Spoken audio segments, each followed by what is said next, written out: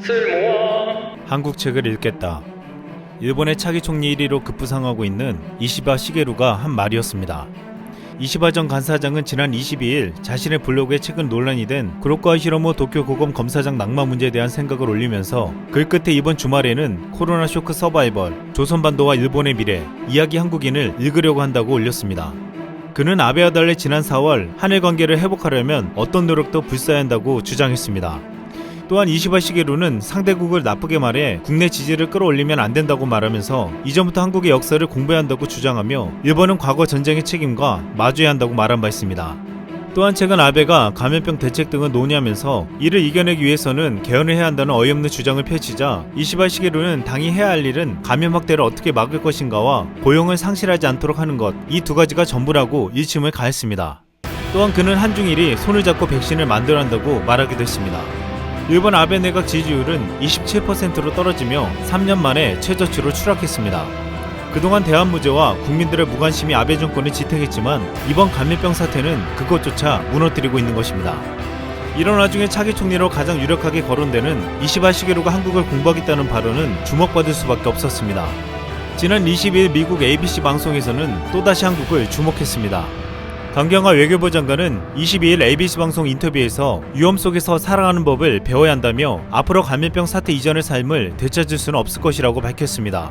강경화 외교부 장관은 이날 한국 정부의 방역 방식을 소개했는데 여기서 아주 중요한 질문을 받았습니다. 미국 ABC 뉴스 앵커는 한국의 대응이 널리 찬사를 받는다며 한국의 전략이 미국에서도 통할 것 같으냐, 미국이 도입하기엔 너무 늦은 것이 아니냐고 물은 것입니다. 이에 강 장관은 한국은 지금까지 봉쇄를 한 적이 없다며 검사, 추적, 치료를 뜻하는 3T라는 매우 튼튼한 시스템이 있기 때문이라고 답했습니다. 즉 미국도 한국과 같은 3T 시스템을 도입하면 된다는 말이었습니다. 또한 ABC 앵커는 최근 고3 등교 시행과 관련해 계속 등교 수업을 유지할 수 있을지 얼마나 자신이 있느냐고 물었습니다. 그러자 강 장관은 모든 방역 대책을 준비하고 있다고 말했습니다. 최근 이태원발 감염이 확산되고 있지만 교육부는 더 이상 등교를 미룰 수 없다는 판단하에 강력한 방역 대책을 마련하고 있습니다. 3만 명의 방역 지원을 총투입하고 등교 인원을 3분의 2로 하며 격일격주로 학생을 분산시켜 최대한 안전성을 확보하겠다는 계획을 세우고 있습니다. 다행히도 지난 20일 고3 등교 개학 이후 학생 3명이 확진 판정을 받은 가운데 관련해서 검사받은 학생 3,812명은 모두 음성이었습니다. 그동안 전 세계에서 방역의 모델이라 불렸던 한국은 오늘 27일부터 등교 수업이 본격화되면서 또다시 시험대에 오를 전망입니다.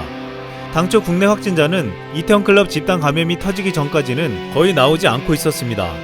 하지만 이태원클럽 사태 이후 관련 확진자는 24일 기준 총 225명이 나왔고 최근까지 연쇄 감염이 끊이지 않고 있었으나 차츰 주더니 나흘 만에 10명대로 내려왔습니다. 그런데 이태원발 확진자 중 거의 절반이 넘는 인원이 20대였습니다. 젊은 층에서 시작된 지역사회 감염이 유흥시설과 취약계층 보호시설, 병원 등으로 이어져 희생자들이 나왔습니다. 이에 정은경 본부장은 20일 오후 브리핑에서 20, 30대 젊은 층에게 간곡한 어조로 말했습니다. 그동안 청년층의 학업과 취업 등의 어려움으로 스트레스와 우울감이 많았겠지만 사회 공동체의 안전과 청년층의 건강을 위해 청년층 문화도 생활 속 방역과 조화를 만들어가자고 말했습니다. 또한 정은경 본부장은 6월부터 클럽과 노래방에 갈 때 정부가 새로운 아이디어를 냈다고 했습니다. QR코드를 이용한 일회용 전자신분증을 만들어 입구에서 찍고 들어가게 하겠다는 것입니다.